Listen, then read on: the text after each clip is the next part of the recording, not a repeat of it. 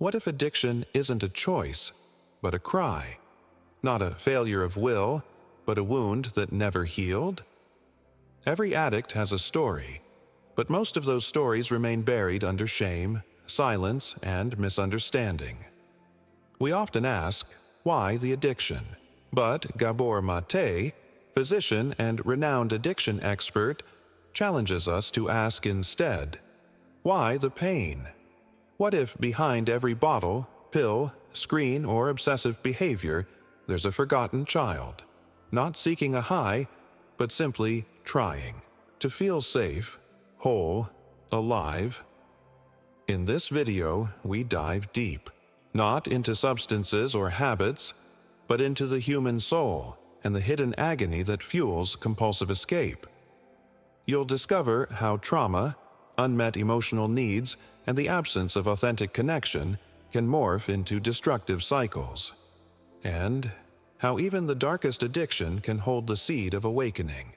This isn't about blaming, it's about understanding, and maybe, just maybe, offering a new path for healing, for yourself or someone you love. Let's begin. No one wakes up one morning and says, "I want to destroy my life." Addiction rarely begins with chaos. It often starts as relief, a brief moment of peace in an otherwise unbearable life, a sip to quiet the anxiety, a pill to soften the ache of loneliness, a click to forget the emptiness. At first, it works. The world feels manageable, even beautiful again. But what begins as comfort slowly becomes a cage. You don't notice it happening at first. The drink that helped you sleep now keeps you from living. The routine you use to manage your stress now consumes your days. The habit that once made you feel free begins to own you. This is the trap Gabor Maté speaks of. Not a moral failing, but a neurological, emotional, and spiritual spiral. Addiction is not about the substance. It's about the relationship we form with it, how we lean on it, how we turn to it when we can't turn to anyone else.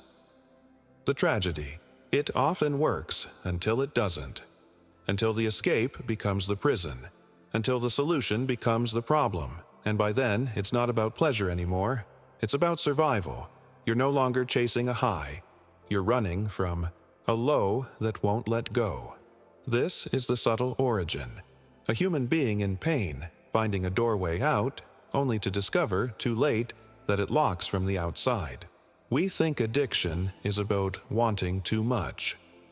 But what if it's actually about not getting enough?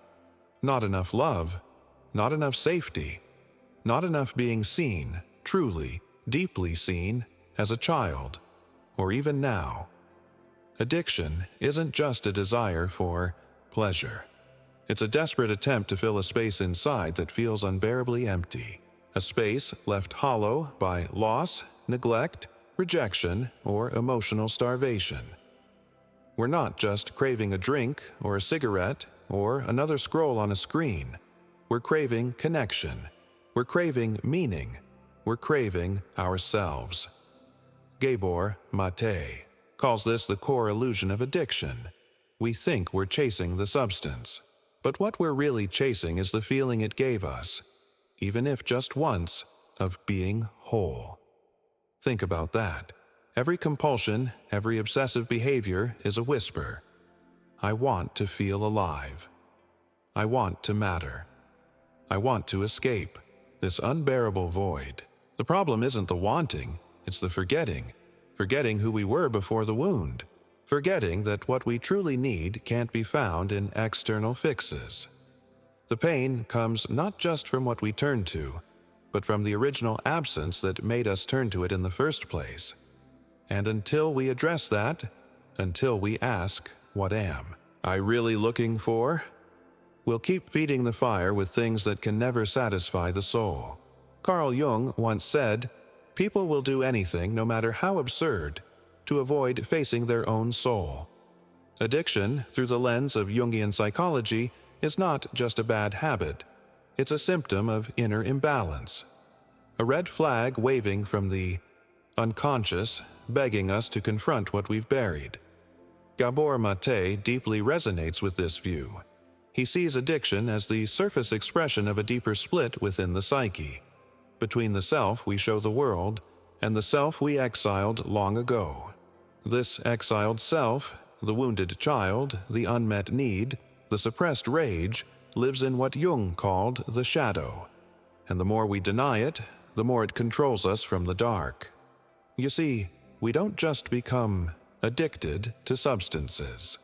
We become addicted to avoiding parts of ourselves we don't know how to hold. So we run, we numb, we distract, but the shadow doesn't disappear. It festers, gaining power each time we refuse to look inward. Each time we pretend we're fine. The irony, what we fear most, our pain, our vulnerability, our brokenness, is precisely where our healing lives. Addiction, then, is not the enemy. It's a messenger, a painful, persistent invitation to reconnect with the lost pieces of our being. 2. Bring light where there was only darkness, and to remember, nothing in the shadow is evil. It's only unloved. In the heart of every addiction lies a profound confusion between what we want and what we truly need. Modern life bombards us with messages. You need this product to feel beautiful. You need that success to be worthy. You need constant stimulation to avoid being alone with yourself. This is the breeding ground for addiction, not just to substances, but to false needs. We become addicted to more than just drugs or alcohol. We become hooked on productivity, busyness, approval, attention, shopping, scrolling. Each one promises relief, a fleeting sense of being okay, of being enough. But that relief never lasts, because these aren't real needs. They're substitutes, temporary fixes for much older wounds. Addiction, as defined by Gabor Maté, is any behavior we crave, find temporary pleasure in, but suffer negative consequences from, and still can't give up. This broader view of addiction reveals something critical. It's not just those people who suffer. It's all of us, to different degrees, in different disguises. We've built a culture that glorifies compulsive behavior, that equates self-worth with performance, that distracts us from our emotional lives with noise, speed, and consumption. But deep down, what every addict is trying to soothe is not a chemical imbalance. It's an emotional one, a need for connection, a longing to be held, known, and loved without condition. Until we stop chasing false needs, we'll keep circling the same hollow path, never realizing that what we're truly seeking can't be bought, consumed, or achieved. It must be felt, and it must be remembered. Passion is a beautiful force.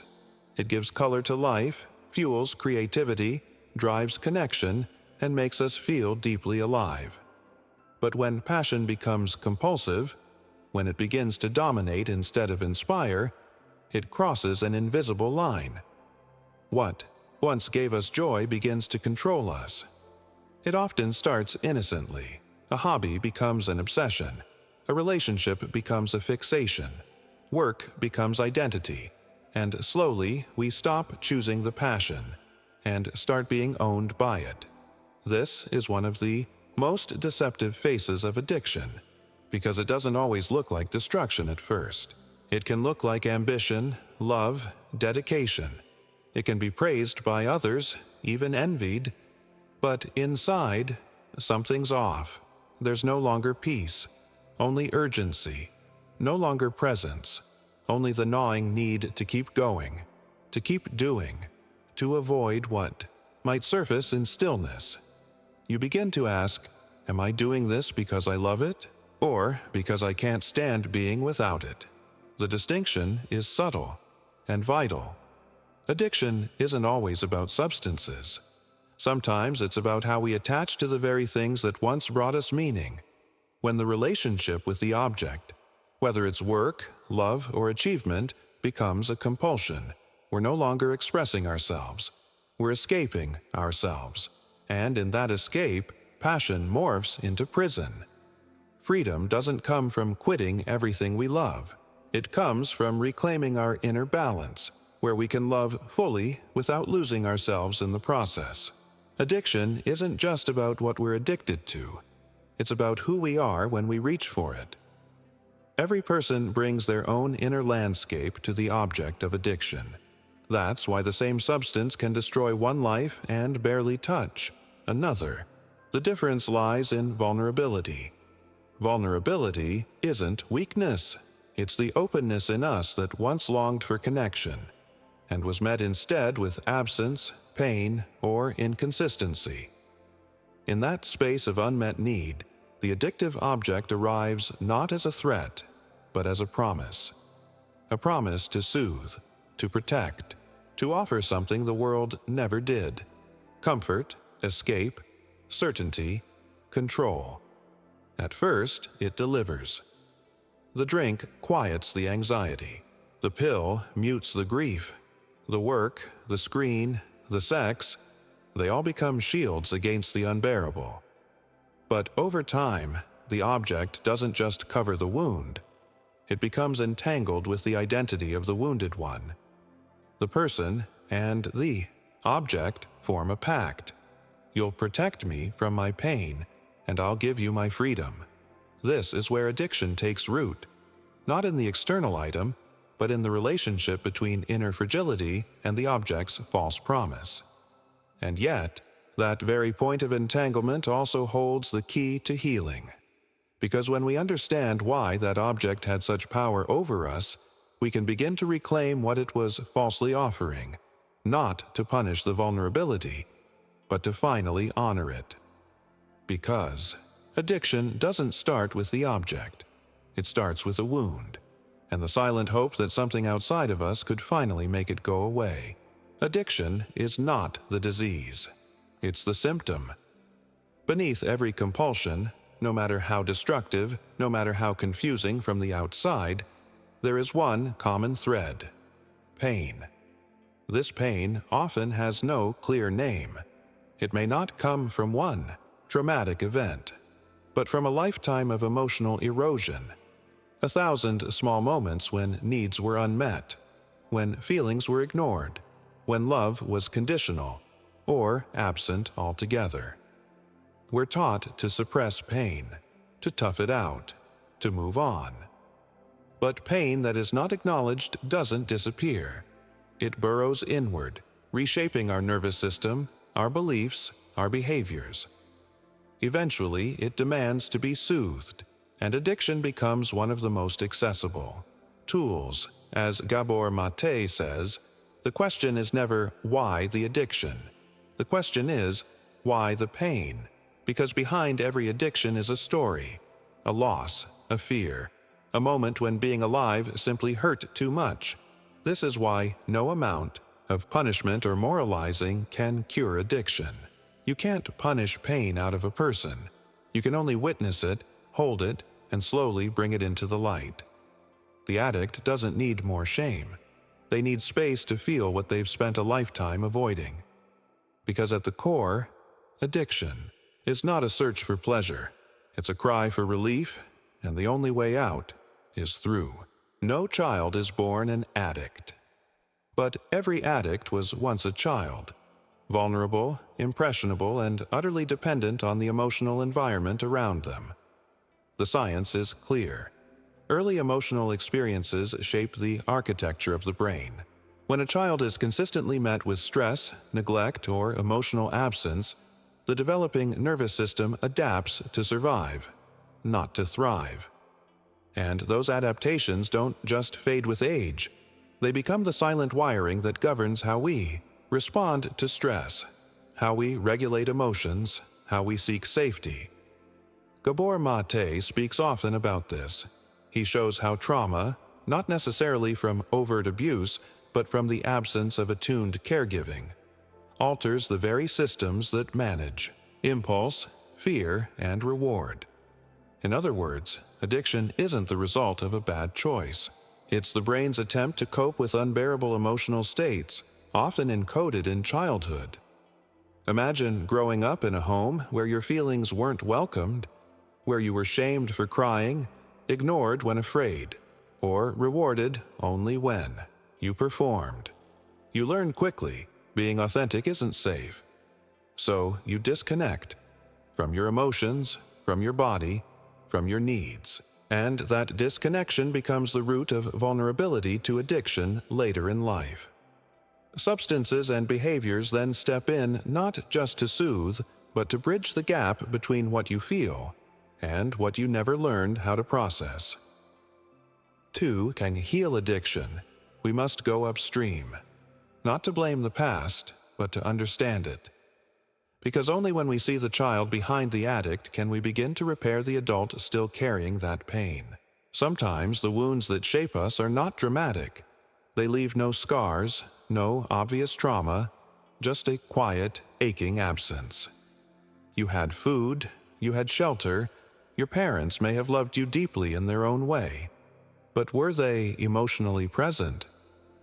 Did they look into your eyes and truly see you? Did they sit with you in your fear, your rage, your wonder, without trying to fix or silence it? Many people who struggle with addiction come from homes that looked normal.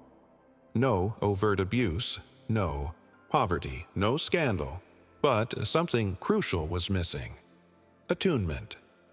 Emotional absence is a slow erosion. It teaches a child that their inner world is invisible, irrelevant, or too much to handle. And so, they adapt. They hide their true feelings. They become self-sufficient. Too soon. They learn not to need. On the surface, this looks like strength. Underneath, it's survival. As adults, these same individuals often feel a deep disconnection from others, from themselves, and that disconnection becomes fertile ground for addiction.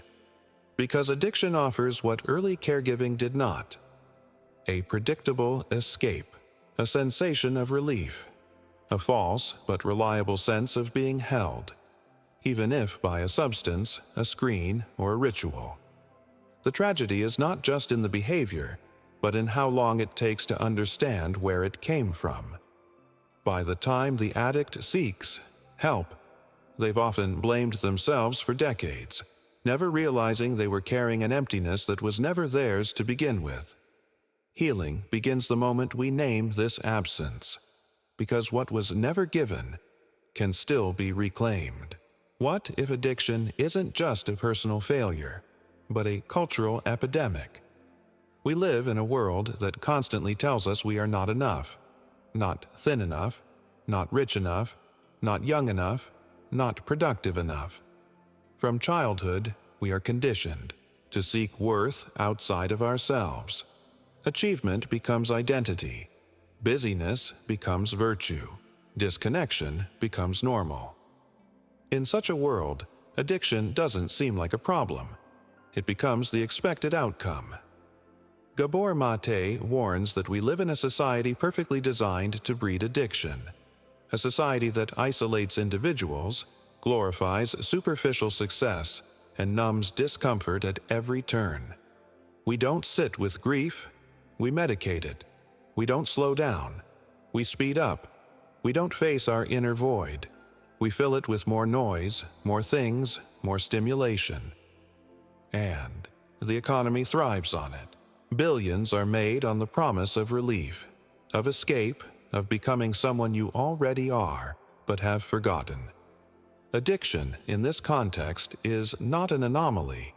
It's a mirror. It reflects a society where emotional needs are unmet, where community is fractured, where the sacred is replaced by the superficial. Until we begin to question not just the addict, but the culture that produces addiction at scale, we will keep trying to treat symptoms, while ignoring the deeper sickness. True, healing isn't just individual, it's cultural, because a soul cannot thrive in a world that denies it space to exist. Addiction doesn't begin in darkness. It begins with a flicker of light, a moment of relief that feels like hope, the first high, the first drink, the first escape from the weight of being oneself. In that moment, the body relaxes. The noise fades. The ache becomes bearable. It feels like the answer. But what seems like relief is an illusion. Because what addiction gives in the beginning, it takes away in the end, and demands more each time. What starts as a conscious choice slowly hardens into a cycle that repeats itself with quiet cruelty. Pain leads to relief. Relief leads to guilt. Guilt deepens the pain, and pain calls for another escape. Each turn of this loop strengthens the dependency, and with each repetition, it becomes harder to remember life before the cycle began. The brain becomes wired not for pleasure, but for survival through repetition. You no longer chase joy. You chase the absence of suffering, and every time you return to the source of that illusion, the cost increases. Your health, your relationships, your self-trust, your sense of possibility. This is the cruel paradox. The very thing that once made life tolerable now makes it unlivable. Gabor Maté speaks of this with deep compassion. He reminds us that people don't repeat harmful behaviors because they enjoy suffering. They repeat them because it's the only way they've learned to cope. Breaking the cycle isn't about willpower. It's about truth. The truth that what we seek can't be found in the pattern that keeps us trapped, and the courage to face what lies beneath the repetition, the pain we once tried to run from, and are finally ready to feel. What if addiction isn't the end of the story, but the beginning of a deeper transformation? For Gabor Maté, the true healing from addiction doesn't come from suppressing behavior, but from expanding consciousness, awakening to what lies beneath the compulsions, and beginning the long journey inward. This path closely mirrors what Carl Jung called the process of individuation, a return to wholeness through the integration of all that has been denied, abandoned, or split off within. In this light, addiction is not merely a problem to eliminate. It's a signal that something essential within the person has been disowned, that the self has been fragmented, and the psyche is demanding reunion. The compulsive behavior is a distorted attempt to restore that lost connection to self, to meaning, to spirit. But real healing requires more than abstinence. It requires looking into the mirror of one's life with radical honesty. It means grieving what was missed, facing what was feared, and reclaiming what was once hidden in the shadow. The addict must come to see their pain not as a curse, but as a portal, one that can lead, if they are willing, to awakening. When this shift in awareness occurs, when the person stops fighting the addiction and starts listening to the pain, something sacred begins to move. Not overnight, not without effort, but gradually, as consciousness returns, the false self begins to fall away, and the true self, buried but unbroken, begins to rise. Healing from addiction is not about becoming someone new. It's about finally becoming yourself. But to do that, you must turn toward the very parts of you that were once rejected, feared, or buried. In Jungian terms, this means facing the shadow, the reservoir of all we've denied in order to be accepted, to survive, or to feel in control. And in the context of addiction, the shadow is often rich with emotion, shame, rage, grief, unmet longing. Many people spend years running from these inner figures. But healing begins the moment we stop running and start reflecting. Reflection is not mere analysis. It's a willingness to sit with discomfort, to ask honest questions. What have I been trying not to feel? What part of me have I abandoned to keep functioning? What pain have I turned into habit? Addiction thrives in unconsciousness, but when we bring light to what's hidden, we break the spell. We begin to see that what we feared most, our weakness, our chaos, our wounds, was never our enemy. It was the unloved self knocking to be let back in. Gabor Maté emphasizes this. Healing is not linear. It's not a matter of fixing what's broken. It's about creating space for integration, where pain and insight, suffering and growth can coexist. Only by embracing the totality of who we are, including our darkness, can we move from survival to meaning, from addiction to authenticity. At its core, addiction is a spiritual crisis. It is the hunger for something transcendent, something beyond pain, beyond ego, beyond the small self we were forced to become to survive. The addict isn't just chasing pleasure. They are yearning, often unconsciously, for connection, to their true self, to others, to something larger than the wound. Gabor Maté often speaks of this hunger, not as a flaw, but as a spiritual impulse gone astray. The substance, the behavior, the obsession, it's never the real goal. It's a substitute, a counterfeit version of something sacred. And while the journey through addiction is filled with darkness, that darkness can become the doorway to awakening, if we dare to walk through it. Many who have faced the depths of addiction speak of a moment, sometimes quiet, sometimes shattering, when they realized, this isn't about the drug, this is about my soul. In that moment, something shifts, not just the behavior, but the entire orientation of life. The healing path becomes less about control and more about surrender, less about perfection, more about presence. And what once felt like a curse begins to reveal itself as an invitation to rebuild a life rooted in truth, to rediscover meaning in the simplest moments, to return, not to who we were, but to who we were meant to become. This is not the end of addiction. It is the transformation of it. Addiction isolates. Healing reconnects. One of the deepest myths that addicts carry is this: I have to do this alone. But the truth is, no one heals in isolation, because addiction isn't just a personal struggle. It's a rupture in relationship, with self, with others, with the world. Gabor Maté reminds us that connection is not a luxury. It's a biological and emotional necessity. Human beings are wired for belonging, and when that need is unmet, especially in early life, we begin to bond with substitutes. The drug becomes the friend. The bottle becomes the parent. The behavior becomes the only place where we feel momentary peace. But the cure for false connection is not punishment. It's real relationship. Grounded, safe, consistent. Community, when authentic, has the power to do what no pill or program alone can do. It reflects us. It holds us in our most broken state without asking us to be anything else. It says, you're not alone, and you never were. Whether through group therapy, spiritual fellowship, deep friendships, or honest family repair, healing accelerates when we are seen, heard, and accepted as we are. Because what was broken in relationship must be healed in relationship.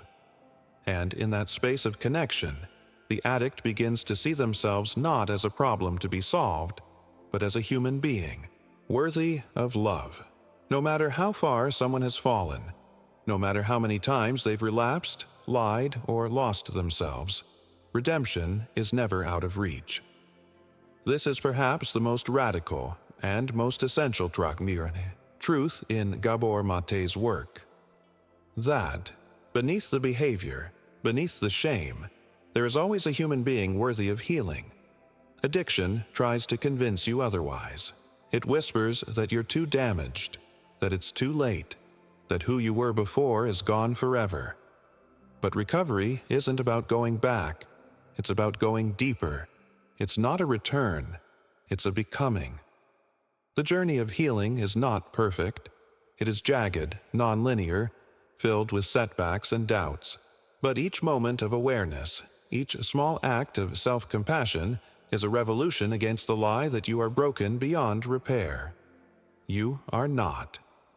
You are a person who adapted to pain, who found ways to survive when love wasn't safe, who is now, slowly, bravely, learning how to live without abandoning yourself. And for that, there is hope. There is always a path forward. It may not be clear or easy, but it begins the moment you stop running from your pain and start walking with it, toward wholeness, truth, and freedom. Healing doesn't promise a perfect life, but it offers something even more sacred, the return of your soul to your own hands, and that is everything, is